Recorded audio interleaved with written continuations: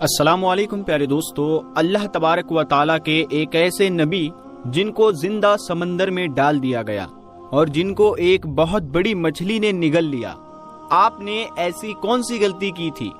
یعنی آپ سے ایسی کون سی غلطی ہوئی تھی جس کی وجہ سے آپ کو کئی دنوں تک مچھلی کے پیٹ میں رہنا پڑا؟ اور آپ کتنے دنوں تک اس بڑی مچھلی کے پیٹ میں رہے؟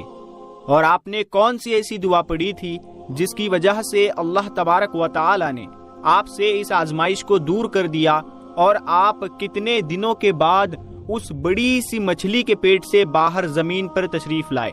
پیارے دوستو، آج کی اس ویڈیو میں ہم آپ کو حضرت یونس علیہ السلام کے عجیب و غریب واقعے کے بارے میں بتائیں گے، اور ساتھ ہی اس خاص دعا کے بارے میں بھی آپ کو بتائیں گے جس دعا کو حضرت یونس علیہ السلام نے اللہ تبارک و تعالیٰ کی بارگاہ میں مانگا تو اللہ تبارک و تعالیٰ نے اس آزمائش کو آپ سے دور کر دیا۔ اس دعا کو جو بھی مصیبت کے وقت پڑھے گا تو اللہ تبارک و تعالیٰ اپنے فضل سے اس کی تمام پریشانیوں کو ختم کر دے گا۔ پیارے دوستو، حضرت یونس علیہ السلام اللہ تبارک و تعالیٰ کے ایک نبی گزرے ہیں۔ آپ کے والد گرامی کا نام متی تھا اور اللہ تبارک و تعالیٰ نے اپنے نبی حضرت یونس علیہ السلام کو قوم بنی اسرائیل کی طرف بھیجا تھا۔ پیارے دوستو، یاد رہے کہ قوم بنی اسرائیل وہ اکیلی قوم ہے جس کی طرف اللہ تبارک و تعالیٰ نے سب سے زیادہ انبیاء اکرام کو بھیجا۔ اللہ تبارک و تعالیٰ نے حضرت یونس علیہ السلام کو نبوت عطا فرما کے عراق کے مشہور شہر نینوا کی طرف بھیجا تھا۔ اللہ تبارک و تعالیٰ نے جب حضرت یونس علیہ السلام کو نبوت عطا فرمائی، اس وقت آپ کی عمر مبارک 28 سال کی تھی۔ چنانچہ اللہ تبارک و تعالیٰ کے حکم کے مطابق حضرت یونس علیہ السلام اہل نینوا کو ایک عرصے تک دعوت حق دیتے رہے، لیکن اہل نینوا نے آپ کی بات پر کوئی کان نہ دھرا، یعنی کوئی دھیان نہیں دیا، اور اسی طرح اپنے گناہوں اور برائیوں کے اندر مبتلا رہے۔ چنانچہ اس کے باوجود بھی حضرت یونس علیہ السلام اپنی قوم کو اللہ کی طرف، اللہ تعالیٰ کی وحدانیت کی طرف بلاتے اور گناہوں سے منع کرتے۔ حضرت یونس علیہ السلام نے کئی سالوں تک اپنی قوم کو دعوت حق کی تبلیغ کی، لیکن وہ قوم اپنے گناہوں سے باز نہ آئی اور اسی طرح اللہ تبارک و تعالیٰ کی نافرمانیوں اور گناہوں کے اندر مبتلا رہی۔ نینوا کے لوگوں کی اس سرکشی نے اور لگاتار اس کی مخالفت یعنی ورودھ نے حضرت یونس علیہ السلام کو اداس کر دیا تھا۔ حضرت یونس علیہ السلام اپنی قوم کی نافرمانیوں کو دیکھ کر ان سے بہت زیادہ ناراض ہوئے اور ان کے لیے اللہ تبارک و تعالیٰ کی بارگاہ میں عذاب الہی کی بد دعا کر کے اس بستی سے روانہ ہو گئے۔ آپ اپنی قوم کے لیے بد دعا کرنے کے بعد اس بستی سے باہر نکلے اور دریائے فرات کے کنارے پہنچ گئے۔ وہاں پر مسافروں سے بھری ہوئی کشتی روانہ ہونے کے لیے تیار کھڑی تھی۔ چنانچہ حضرت یونس علیہ السلام بھی اس کشتی کے اندر سوار ہو گئے۔ کشتی ابھی کچھ ہی دور گئی تھی کہ اللہ تبارک و تعالیٰ کی طرف سے طوفانی ہوائیں چلنے لگی، اور ان خوفناک طوفانی ہواؤں کے اندر وہ کشتی ڈگمگانے لگی۔ چنانچہ ان طوفانی ہواؤں کی وجہ سے کشتی کے ڈوبنے کا خطرہ پیدا ہو گیا۔ اس وقت چلانے والوں نے اپنے عقیدے کے مطابق کہا کہ معلوم ہوتا ہے کہ اپنے آقا کا بھاگا ہوا کوئی غلام اس کشتی میں سوار ہو گیا ہے۔ جب تک اس غلام کو اس کشتی سے نکالا نہ جائے گا تب تک اس مصیبت سے نجات حاصل نہ ہوگی۔ چنانچہ کشتی چلانے والے یعنی ملاحوں کی یہ بات سن کر حضرت یونس علیہ السلام کے دل میں یہ خیال آیا کہ میں نے اللہ تبارک و تعالیٰ کی وحی کا انتظار کیے بغیر ہی اپنی قوم کے لیے بد دعا کر کے وہاں سے چلا آیا، اور شاید اللہ تبارک و تعالیٰ کو میرا یہ کام پسند نہیں آیا، اسی لیے یہ آثار یعنی یہ سنکیت دکھ رہے ہیں اور یہ میری آزمائش ہے۔ چنانچہ یہ منظر دیکھ کر حضرت یونس علیہ السلام نے ان ملاحوں سے فرمایا کہ میں ہوں وہ بھاگا ہوا غلام جو اپنے آقا سے بھاگ کر آیا ہے، مجھے کشتی سے پھینک دو تاکہ یہ طوفان رک جائے۔ مگر اس کشتی میں سوار ملاح اور مسافر آپ کو خوب جانتے تھے اور آپ کو نیک انسان سمجھتے تھے۔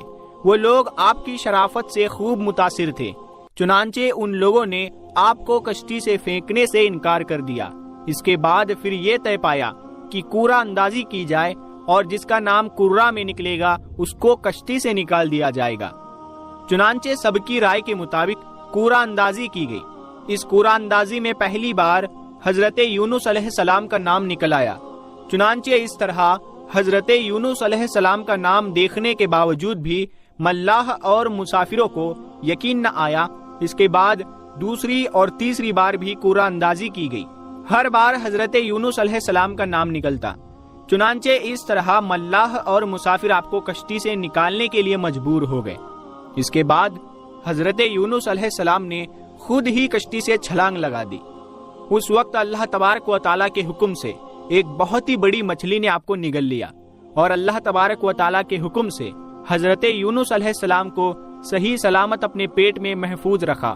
حضرت یونس علیہ السلام اپنی قوم سے ناراض ہو کر اس بستی سے چلے گئے تھے، اور 40 دن کے اندر اندر عذاب الہی کے نازل ہونے کے بارے میں بھی کہہ کر آئے تھے۔ چنانچہ حضرت یونس علیہ السلام نے اللہ تبارک و تعالیٰ کے عذاب کے آنے کے بارے میں جو بتایا تھا، ان کی قوم کو اس پر یقین نہ آیا۔ وہ لوگ کہا کرتے تھے کہ حضرت یونس علیہ السلام تو کہتے تھے کہ اللہ تبارک و تعالیٰ کا عذاب آئے گا، لیکن اب تک تو عذاب نہ آیا، نہ جانے وہ عذاب کب آئے گا۔ مگر کچھ ہی دنوں کے بعد اللہ تبارک و تعالیٰ کے عذاب کے آثار دکھنا شروع ہو گئے۔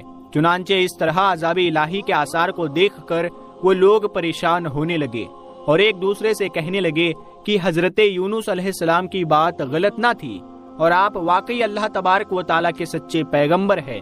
چنانچہ ان لوگوں نے اللہ تبارک و تعالیٰ کی بارگاہ میں توبہ کی، اور اللہ تبارک و تعالیٰ کی وحدانیت پر ایمان لے آئے، اور اللہ تبارک و تعالیٰ کی بارگاہ میں اس عذاب کے ٹل جانے کی دعا کرنے لگے۔ اس وقت اللہ تبارک و تعالیٰ نے ان لوگوں کی توبہ کو قبول فرما لیا اور عذاب کو ٹال دیا۔ پیارے دوستو، ادھر حضرت یونس علیہ السلام مچھلی کے پیٹ میں زندہ تھے، اور اللہ تبارک و تعالیٰ کی وحی کا انتظار کیے بغیر ہی اپنی قوم کو چھوڑ کر آنے پر پچھتا رہے تھے۔ چنانچہ اس وقت حضرت یونس علیہ السلام نے اللہ تبارک و تعالیٰ کی بارگاہ میں اپنی خطا کی معافی کے لیے یہ دعا پڑھی، لا الہ الا انت سبحانک انی کنت من الظالمین، یعنی اے رب العالمین، تیرے سوا کوئی معبود نہیں، تو ہی یکتا ہے، میں تیری پاکی بیان کرتا ہوں، بے شک میں خود ہی ظالم ہوں۔ چنانچہ جب اللہ تبارک و تعالیٰ نے حضرت یونس علیہ السلام کی یہ درد بھری دعا سنی تو اس دعا کو قبول فرما لیا، اور حضرت یونس علیہ السلام سے اس آزمائش کو ختم کر دیا۔ اس وقت اللہ تبارک و تعالیٰ نے مچھلی کو حکم دیا کہ وہ حضرت یونس علیہ السلام کو صحیح سلامت دریا کے کنارے پر واپس ڈال دے۔ چنانچہ اس وقت اس مچھلی نے اللہ تبارک و تعالیٰ کے حکم کو مانتے ہوئے حضرت یونس علیہ السلام کو ساحل کے کنارے پر ڈال دیا۔ اس طرح حضرت یونس علیہ السلام 40 دن تک مچھلی کے پیٹ میں رہے، اور 40 دن کے بعد اللہ تبارک و تعالیٰ نے آپ کی اس دعا کو قبول فرمایا اور اس آزمائش سے آپ کی نجات بخشی۔